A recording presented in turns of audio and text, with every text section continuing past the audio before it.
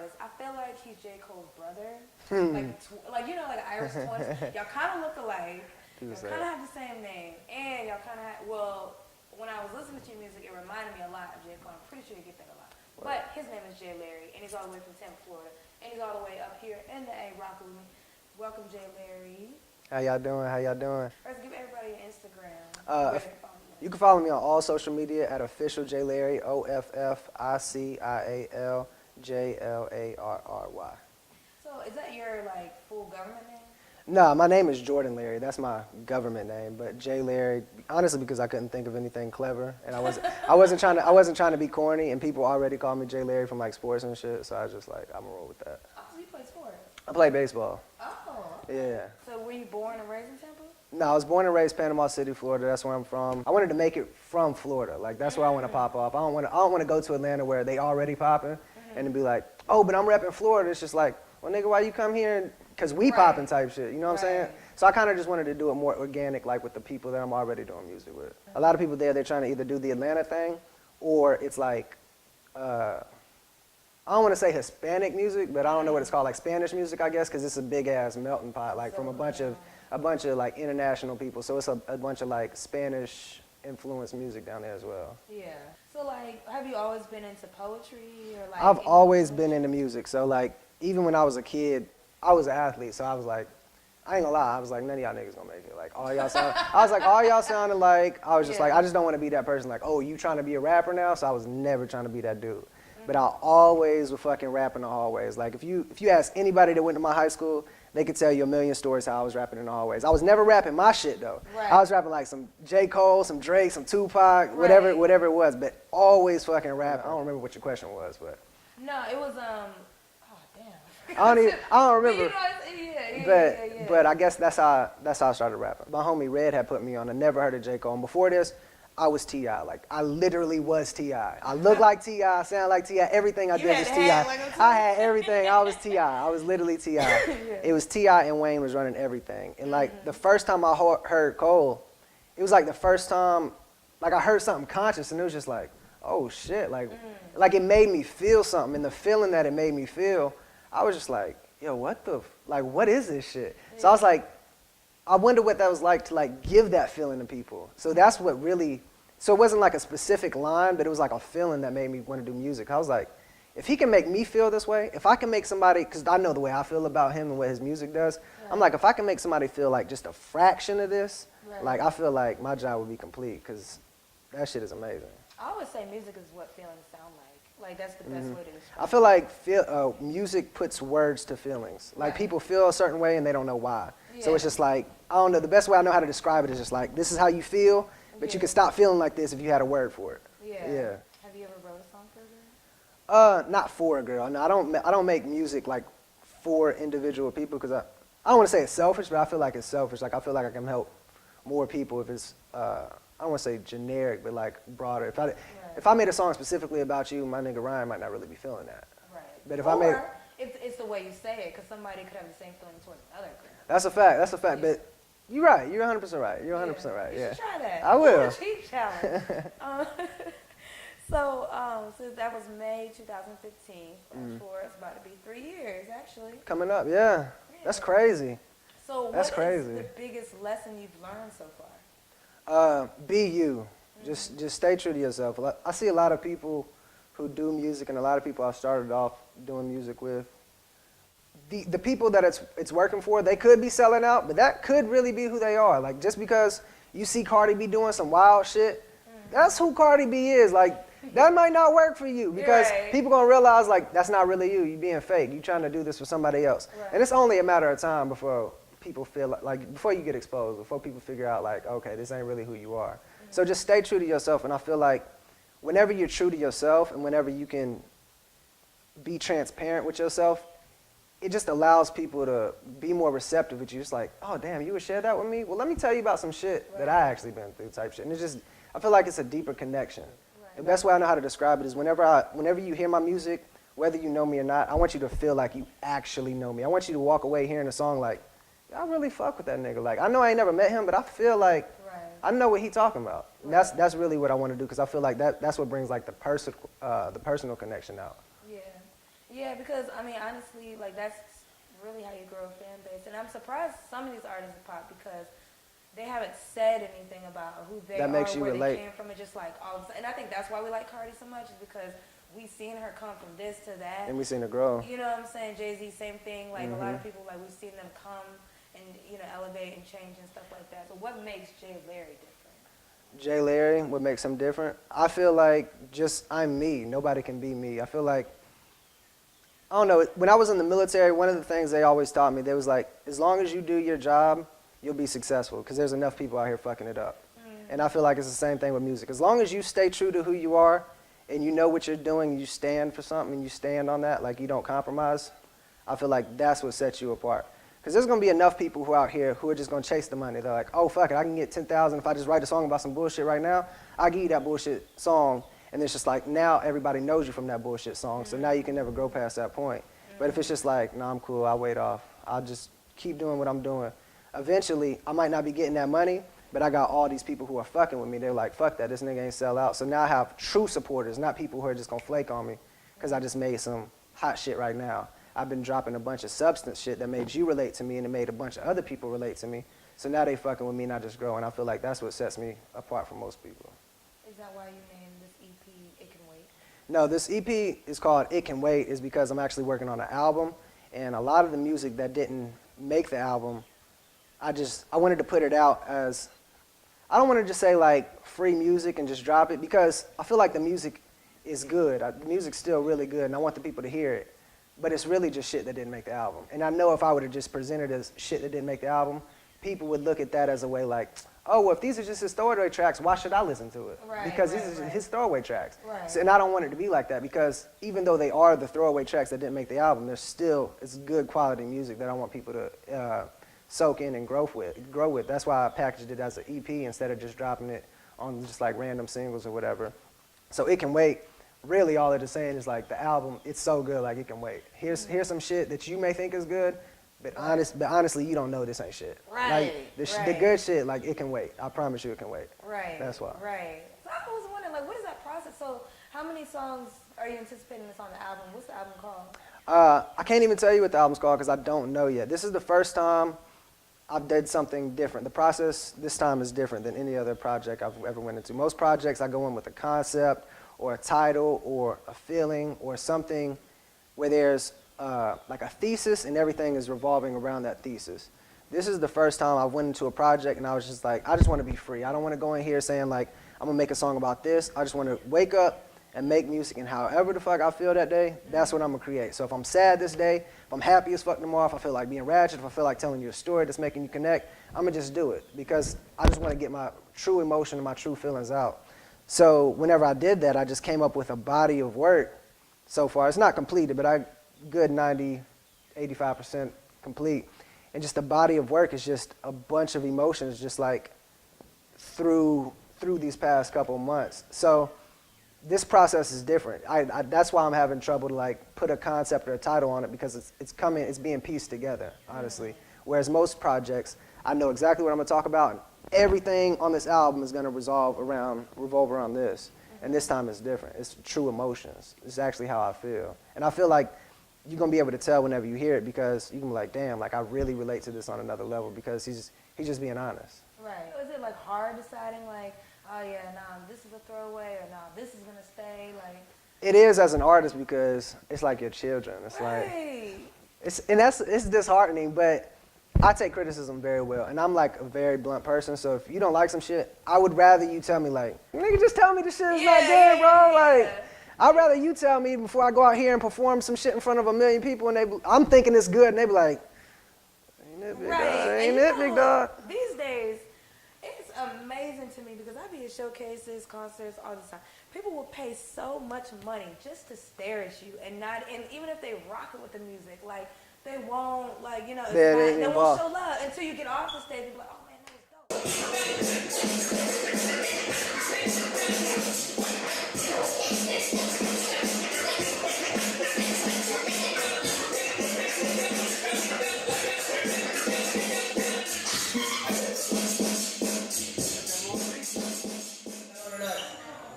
I go by the name of J.Larry. You can find me on all social media at official J.Larry It was the outro. It's called Rendition, and it was my very first show ever that I did.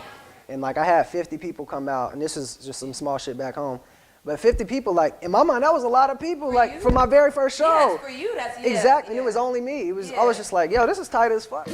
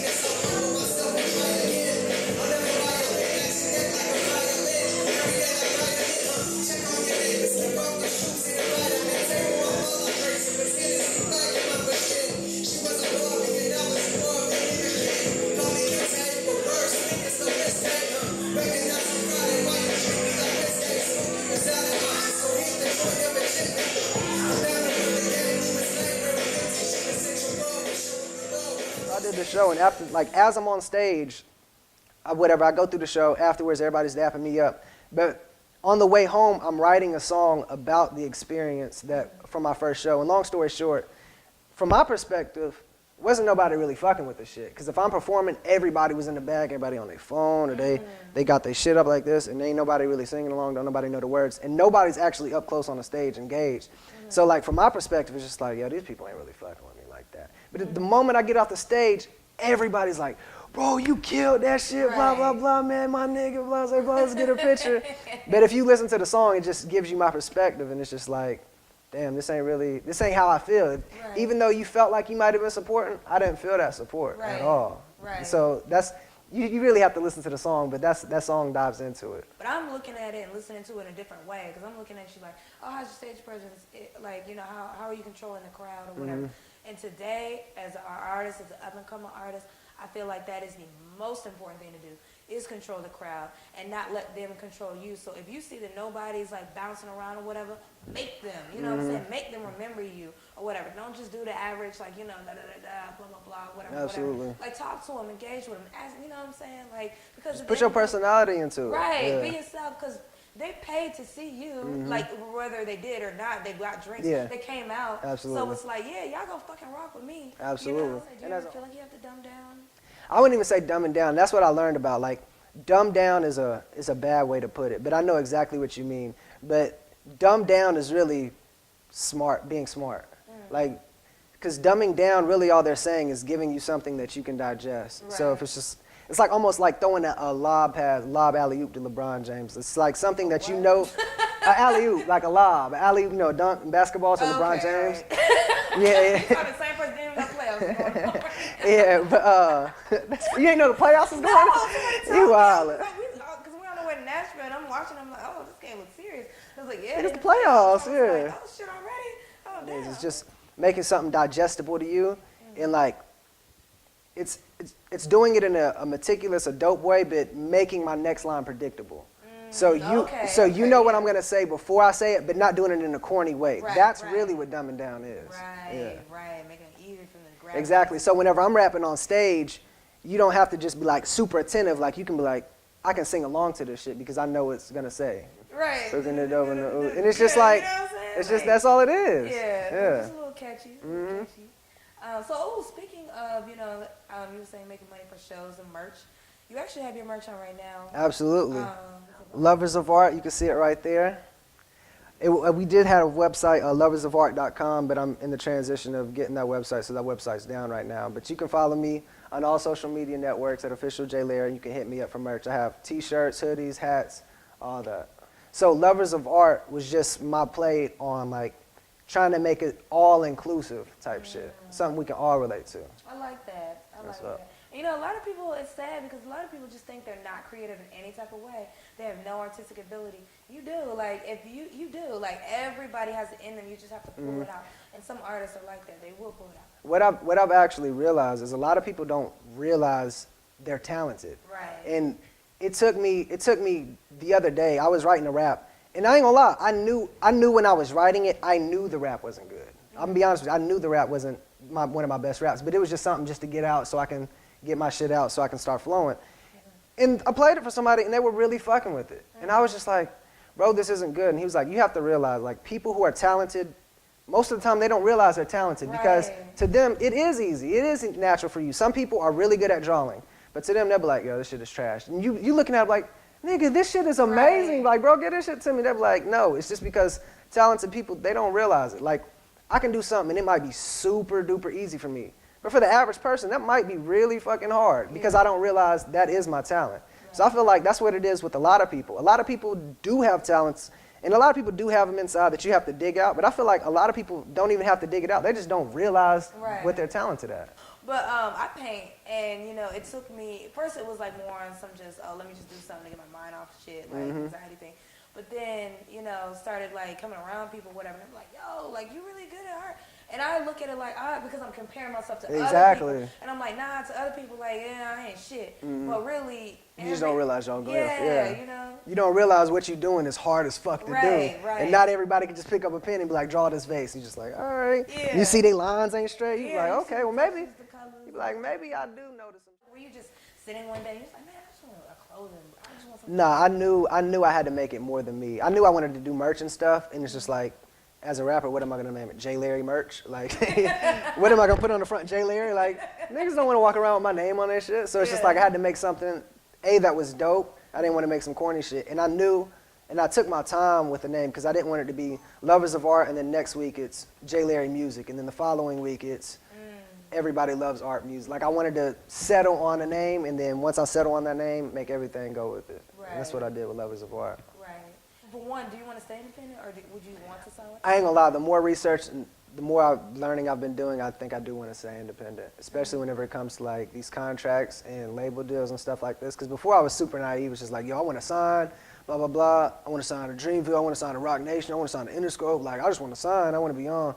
But I realized, ultimately, it ain't nothing but a loan. That's all it is. It's just like a college loan. It's just like somebody's like, all right, here's $50,000. The first $50,000 you make is mine, and then everything after that we can split. It's just like, no, unless I come into a deal that allows me to be me and allow me to keep my masters and allow me. But I know I have to have leverage, and I don't have leverage right now. So I'm like forcing the independence. Right. I think what was it? Future just came out, or somebody, either Future, Jay-Z, or somebody just bought their master. So do you feel like reading also helped even more of your lyric ability and also just knowing? You know, absolutely. Honestly, it sounds stupid, but with anything else, just beyond the reading and the knowledge of everything, just words, learning words that you don't know, force you to sound out words that you wouldn't have normally used in a sentence. I can now use those words in a rap because I've seen it in a book. It's just like, oh shit, I've never seen that word before. Now I know what that means. Now it's part of my vocabulary. And it's just like, how else was I ever going to read that word or know what that word was or see that word if I didn't read it in this book? Especially now in our generation. And I don't even say like kids younger than me. I feel so old. I'm only 25. But I know. Like, it's but like, growing. The kids are like, and I say kids, but kids like 18, 19, you know, just coming out or whatever. It's like, they have so much power. Like, and they don't realize it though. They don't realize it. Yeah, it's dangerous because we have that same power. Like, our parents didn't really know how to use computers like that. I still got my daddy, like, he'd get an iPhone, he'd be like, come set this iPhone up for me, boy. It's just like, I've been setting up iPhones since I was 8 or whatever. It's just like, we've been doing this our whole life. But I did want to kind of switch over and ask, like, so for some reason it seems to be a big deal that if artists don't write their music, it's kind of like, it's like less credible. And earlier I was asking you freestyle. He said, yeah, but you know, you feel better when you write. Right, absolutely. So how do you feel about artists who don't even write their own music? I honestly feel like nowadays it don't matter. I feel like hip-hop, it was started off by telling your story, but I can't even necessarily say that because even back in the day, like, D.O.C. was writing for Dre, he was writing for Eazy-E, Ice Cube was writing for everybody. So that's just how it is. Rakim was writing for people. So that's honestly just how it is. I feel like as an entertainer, I just feel like if you don't write your lyrics, you can't be considered one of the top lyricists because you're not writing it. Right. The top lyricist is always going to be Nas, Rakim, Andre 3000. It's going to be those people. Those are people who write their bars. They're telling their story. Right. Versus people who are just good entertainers. You can sing really well, but I can write a song for you. I can't perform the song the way you can.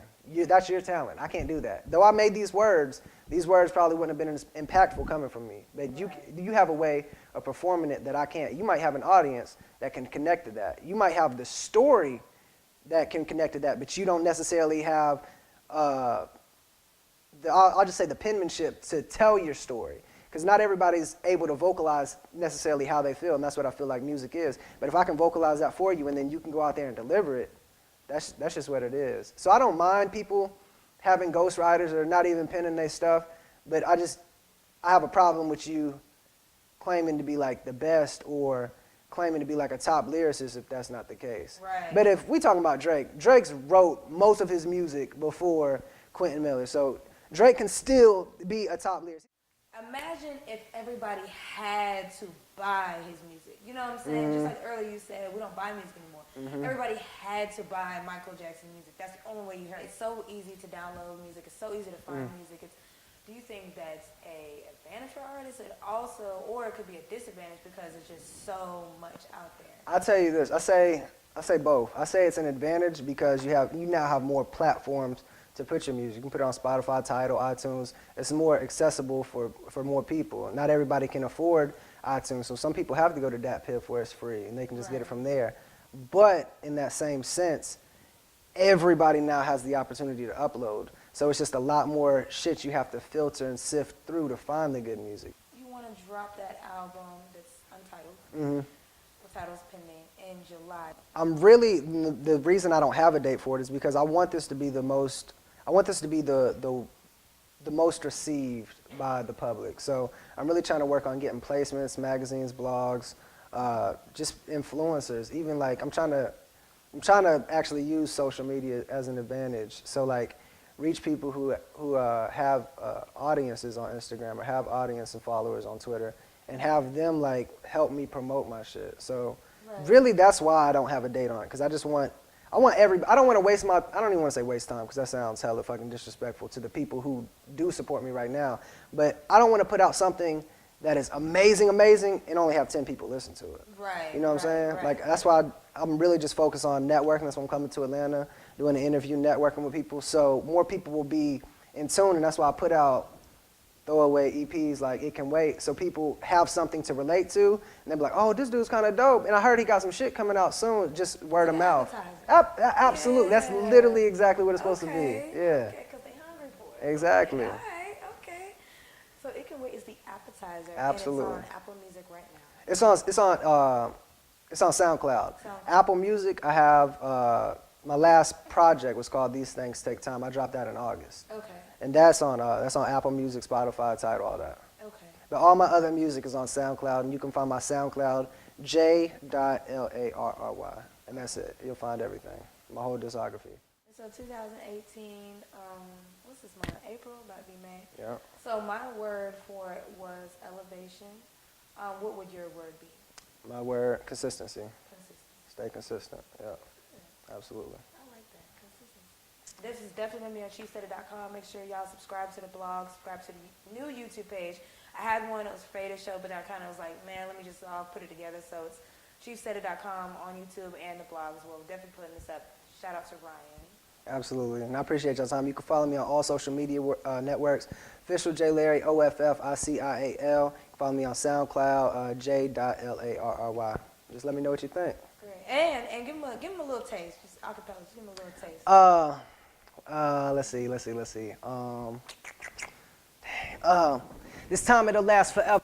No words could express what we had together. I must confess you the best, hands down. Nobody better. I treasure my moments with you. I love you after December. Embark on this journey with me. These pictures so we'll remember. Hug me as if you miss me. Love me as if you mean it. Queen of the earth, birth of a nation. Take me to Venus. I'll humble myself and try again. I'll never buy a win at your neck like a violin. Every day like vitamin, Check on your neighbors. Kick off your shoes and invite them in. Taper off all our drinks. It was Hennessy Black and mine was gin. She was a Barbie and I was more of the nigga kin. Call me Kente with words slick as Lawrence Tate. Recognize on Friday why you treat me like Wednesday. Smokey was out of options, so hit the joint ever gently. I'm bound to run the game. Lewis Lane wearing Fenty. She the central pub for showing me love when I'm close to empty, nigga. Hey, Hey. Ryan, you got one. All right. Yeah. ChiefSteady.com was heading for 20 forever. Yeah. And you know that.